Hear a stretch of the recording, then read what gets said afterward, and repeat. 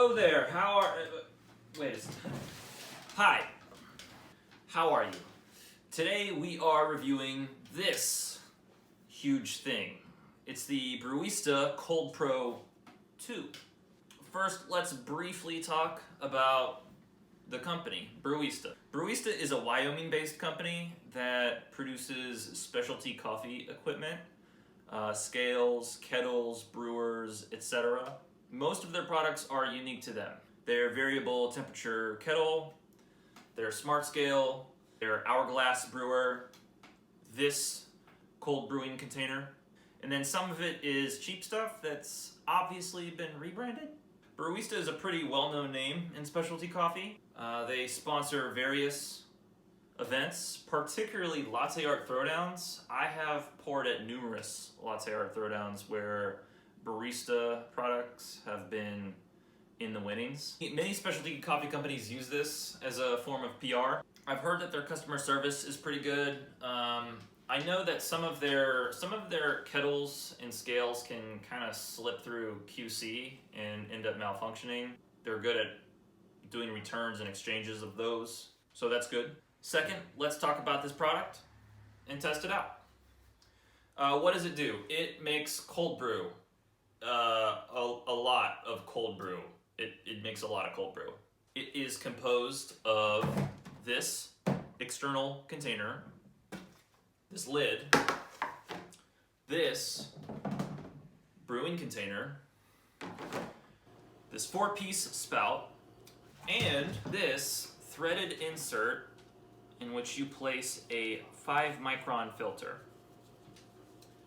It's all pretty neat and clean, and it fits together really easily. The seals on the spout work really well. I haven't had any leaks. It's all built pretty nicely. So let's make some coffee with it.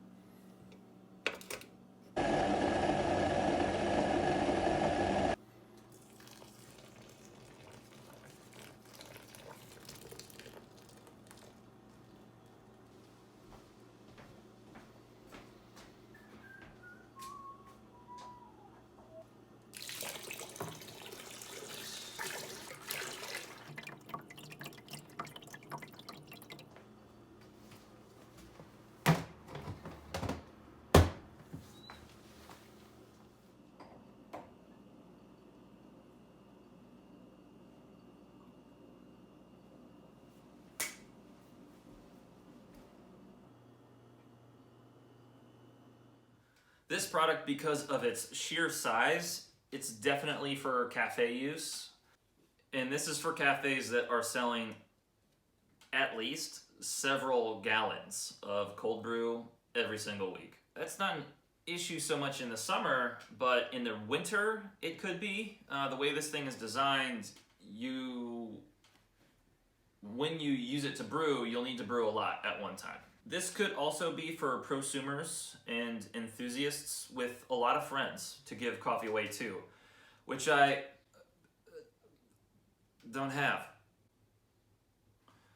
Third, let me state my final impressions of the product and the company. The good. It makes a ton of cold brew. It's really well designed, and its construction is simple yet really durable. This is thick, sturdy plastic. It's easy to assemble, it's really easy to use, and it's relatively easy to clean. The filters are relatively inexpensive. All of the parts here are easily replaceable. The container has, and you can kind of see it, it has an incline at the bottom to help drain the brew. The structure of the brew basket, it's designed in such a way that it nestles into the container really easily. And then when you're done brewing and you want to drain the grounds, you pick it up and you turn it, and it has full clearance and it can drip until it's done. The basket itself is going to support the filter and the bed of grounds. So unlike other brewers, the filter that you place in here is going to be a lot less likely to rip because this basket is supporting it and you can lift it out easily with the handle. So all those features combined are pretty much a game changer. This is the biggest reason why I would recommend people to buy this brewer, to use this brewer in their cafes. It comes not only with 5 paper filters, but also these 2 plant-based PLA filters, which are supposedly more durable. I didn't have any problems with the paper filters when I used them. It also comes with 2 of these micron filters. This is the extra, I have the other one inside right now. And then it also comes with a cleaning agent. That's nice. The bat. Now, because of the sheer amount of clearance between the bottom of the brew basket and the bottom of the container, you need to use a lot of water to fill that volume, and therefore a lot of coffee to keep your ratios intact. Now, if you're brewing this RTD, or ready to drink, as in if you're not brewing a concentrate with this, you're just brewing straight cold brew, this is fantastic. Fantastic. However, if you're like me and you want to brew a concentrate, I'm bottling growlers of coffee to give to my friends. And it's a lot easier for me to brew them a concentrate that they'll dilute themselves with water or milk. Typically a 1-to-1 coffee to water ratio. When I'm brewing that coffee, I'm typically going to use a 1-to-5 to a 1-to-7 coffee to water ratio.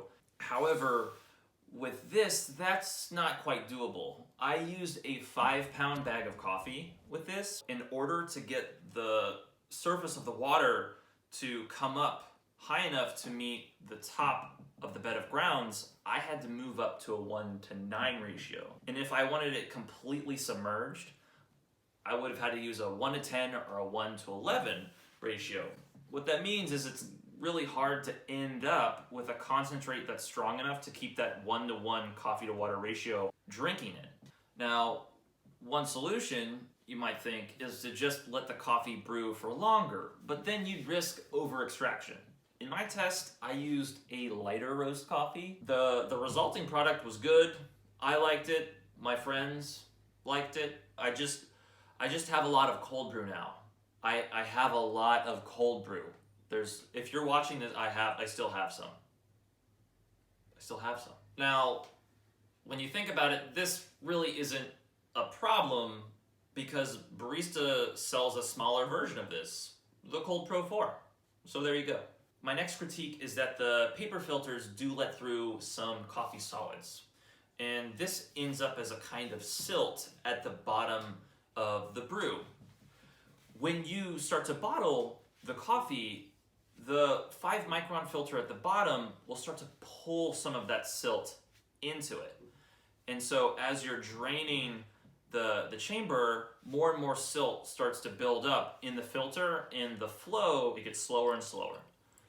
You think about the fact that you also have less water pressure weighing down to increase the flow as you drain it, then it gets pretty slow. However, you can just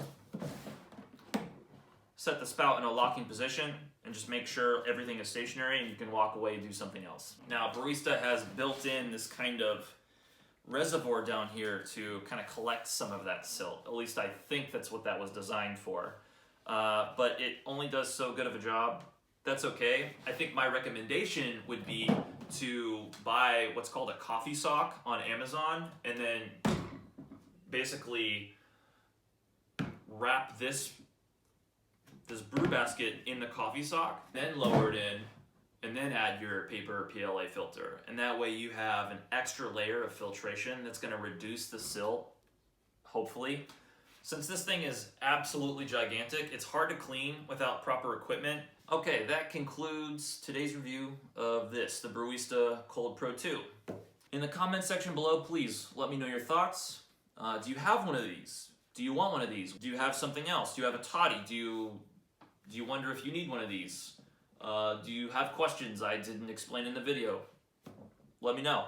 If you liked this video, please give it a thumbs up. And if you're not subscribed to the channel, please hit that subscribe button.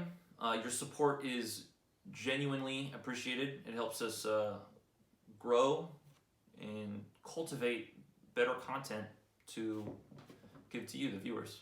And as always, thanks for watching, and I hope you have a great day.